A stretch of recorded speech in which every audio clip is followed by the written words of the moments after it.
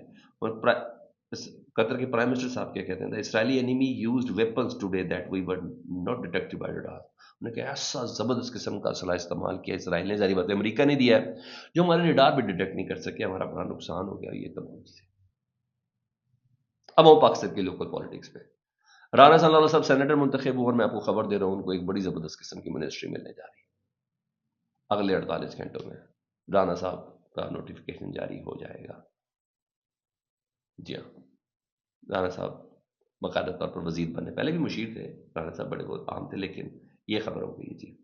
اچھا جی، اب آؤں لوکل پالیٹکس پر۔ جی آج ریالہ جیل میں توشہ خانہ 2 کا سماعت ہے، علیمہ خان صاحب ادھر پہنچ چکی بھی ہیں، اور بیرسٹر گوہر صاحب چیئرمین وہ بھی ادھر موجود ہیں۔ تو بیرسٹر گوہر صاحب کو آج پھر جڑ گئے، وہ بہت کہتا ہوں زندہ دل قسم کے صحافی ہے نا، طیب بلوچ صاحب، جی ہاں، وہ آئے آج ان کے پاس، بیرسٹر گوہر صاحب کے پاس، اور بیرسٹر گوہر صاحب کو کہا، انہوں نے باقاعدہ طور پر انہوں نے کہا جناب میرے سن مسئلے بڑے زبردست ہو چکے ہیں، مجھے سنگین نتائج کی دھمکیاں دی جا رہی ہیں، میں علیمہ آپ کے پاس جا رہا تھا کہ آپ کوئی کمنٹ کر دیں تو میری جان خلاصی ہو جائے گی، میں نے اگر علیمہ آپا سے کوئی بدتمیزی کی یا گالیاں دی تو وہ ریکارڈ ہوئی ہیں، تو ریکارڈ ہوتی۔ اچھا آپ کی اوقات کیا ہے، حیثیت کیا، آپ سمجھتے ہیں کوئی چیز ہی نہیں ہے۔ اینی ویز انہوں نے سیدھا جا کے نا بیرسٹر گوہر صاحب کو شکایت لگائی دی، اور مزے کی بات پروگرام میں کہتے ہیں کہ میں کیا کروں، طیب بلوچ صاحب کہتے ہیں مجھے ابھی بھی قطر سے دھمکیاں آ رہی ہیں، وزیرستان، افغانستان اور پاکستان سے دھمکیاں آ رہی ہیں کہ ہم نے اپنے مجاہدین پیچھے چھوڑ دی ہیں، جو کچھ بھی کر سکتے ہو بیوی کو طلاق دے دو۔ یار توبہ یا اللہ، بس کر دو طیب صاحب، بیوی کو طلاق دینے کے لیے آپ کو افغانستان سے دھمکی کی ضرورت نہیں ہے، آپ کو بیوی سے رجوع کرنے کی ضرورت ہے۔ آپ کو یہ ڈر نہیں ہونا چاہیے کہ کیا بیوی کے ساتھ آپ کے تعلقات درست ہیں، آپ کو یہ ہونا چاہیے یہ رشتے ملکوں کی دھمکیوں سے نہیں ختم ہوتے۔ بہرحال آپ اپنا مذاق اڑائی جائے، آپ اپنی صحافت کا مذاق اڑائی جائے، تو میں کیا کر سکتا ہوں۔ بہرحال اس کے بعد کیا ہوا جی، بیرسٹر گوہر صاحب نے جادو کی جپی ڈالی، انہیں گلے لگایا جی، اور گلے لگا کے انہوں نے باقاعدہ طور پر کہا کہ جناب پی ٹی آئی تشدد پہ یقین نہیں رکھتی، آج کے بعد ایسا کچھ نہیں ہوگا، میں معذرت خواہ ہوں۔ تو طیب بلوچ صاحب کو مکمل طور پر یقین دہانی کرا دیا جی۔ تو یہ ہاں، اس توشہ خانہ کی سماعت سے پہلے علیمہ خان صاحبہ نے گفتگو کی ہے، انہوں نے کہا توشہ خانہ کی جو سماعت ہو رہی ہے یہ نہایت جلد بازی میں کی جا رہی ہے، جس کا مقصد عمران خان اور بشرا بی بی کو سزا مل سکے۔ اچھی بات ہے نا، بی بی سزا ہوئے گی تو ہائی کورٹ جائیں گے نا، نہیں تو یہ تو یہیں پھنسا کے رکھیں گے۔ اچھی بات ہے، اس کو بلیسنگ اور ڈسگائز کہہ لیں، کیونکہ وہاں تو ججوں کو کھلے عام پتہ ہے کہ جج کیا کر رہے ہیں، ہائی کورٹ وغیرہ میں ذرا تھوڑا سا بات کرتے ہوئے پتہ بھی چل رہا ہوتا ہے کہ کیا چیز ہے، اندر کی تو رپورٹس بھی اس طریقے سے نہیں آ رہی ہوتی، وہ بھی صحافیوں کو منع ہے۔ آپ نوٹ کر لیں، کسی میڈیا اسکرین پر آ رہا ہو کہ اندر آج یہ بات، عمران خان صاحب نے یہ بات کی، عمران خان صاحب نے یہ سنایا، اب ایک صرف ٹویٹ آتا ہے جو علیمہ خان صاحب یا بہنوں سے بات ہوئی ہوتی ہے، وکلا سے بات ہوئی ہوتی ہے، ادروائز جیل کے اندر سماعت میں کیا ہو رہا ہے، سوال جج نے کیا پوچھا، عمران خان صاحب نے کیا جواب دیا، ان کا ایٹیٹیوڈ کیا تھا، کنڈکٹ کیا تھا، ایسی تو کوئی چیز رپورٹ نہیں ہو رہی۔ میں غلط تو نہیں آپ سے کہہ رہا؟ جی ہاں، تو انہوں نے پہلا یہ الزام لگایا جی۔ دوسری چیز جوڈیشری سے متعلق میں نے آپ کو بتایا، ڈان اخبار کا آج کا اداریہ بڑا مزیدار تھا، اگر میں نے آپ کے ساتھ شیئر نہیں کیا تو مزہ نہیں آئے گا، کیونکہ ان خبروں کو بھی مین اسٹریم میڈیا پہ چلنے کی اجازت نہیں ہے، کیونکہ ان کے اشتہار بند کر دیے جاتے ہیں۔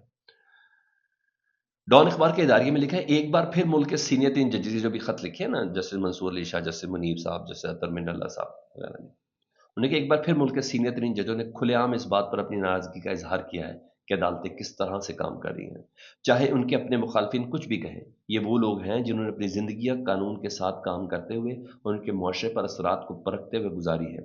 ان کی شکایات چاہے انہیں دانستہ نظر انداز کیا جائے یا تمسخر کا نشانہ بنایا جائے، پھر بھی اہمیت اور وزن رکھتی ہیں۔ جب تک ان پہ توجہ نہیں دی جاتی، عدلیہ عوام کی نظروں میں اپنی ساکھ اور اعتبار کھوتی رہے گی۔ انہوں نے کہا یہی پوائنٹس ہے جس کو یہ ریز کریں، جس کے تحت عدلیہ کی کوئی عزت نہیں ہے پاکستان میں، اس کی کوئی ساکھ نہیں ہے پاکستان میں۔ یہ چیز ہے۔ ادھر لاہور کی ATC عدالت نے سنم جاوید، عالیہ حمزہ اور عائشہ بھٹہ کے خلاف اشتہاری ہونے کی کارروائی شروع کر دی ہے۔ عدالت نے جناح اس کے ٹرائل میں پیش نہ ہونے پر ملزمان کے اشتہار جاری کر دیے ہیں۔ ادھر KP میں فوجی آپریشن کے حوالے سے ظاہر بات ہے بیرسٹر سیف صاحب کچھ اور کہتے ہیں، انہیں کوئی آپریشن ہو نہیں رہا ہے تو ٹارگیٹڈ کارروائی ہو رہی ہے۔ ان کی اسٹیٹمنٹ کو KP میں فوجی آپریشن کا اسپیکر KP اسمبلی بابر سلیم سواتی نے ترجمان خیبر پختونخوا بیرسٹر صاحب کے موقف کی نفی کی ہے۔ انہوں نے بیرسٹر صاحب نے چند روز قبل کہا تھا نا کہ صوبے میں کوئی ملٹری آپریشن ہوگا، جھوٹ بول رہا ہے، وہ جھوٹ بول رہا ہے، ایسا کچھ نہیں ہے۔ رہی بات علی امین گنڈا پور صاحب کی، آج ان کے پھر وارنٹ گرفتاری شراب اور اسلحے کی برآمدگی کیس میں وہ نہیں پہنچے تھے، آج پھر ان کے وارنٹ گرفتاری ڈسٹرکٹ اینڈ سیشن کورٹ اسلام آباد نے جاری کر دیے ہیں۔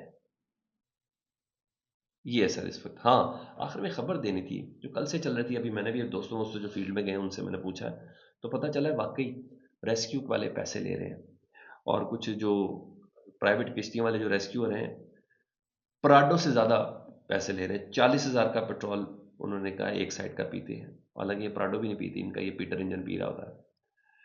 پھر ہم کہتے ہیں عذاب کیسے آ رہا ہے؟ سب کسی کو ریسکیو کر کے لانے کے لیے 40,000 روپیہ دینے ہیں سر، اللہ اکبر۔ جلال پور پیر بالا میں پرائیویٹ کشتی والا متاثرین سلاف سے صرف ایک طرف جانے کا 40,000 مانگ رہا ہے، آنا جانا 80,000 روپے ہے۔ یا میرے مالک ان کو بھی معاف کر، پاک پروردگار۔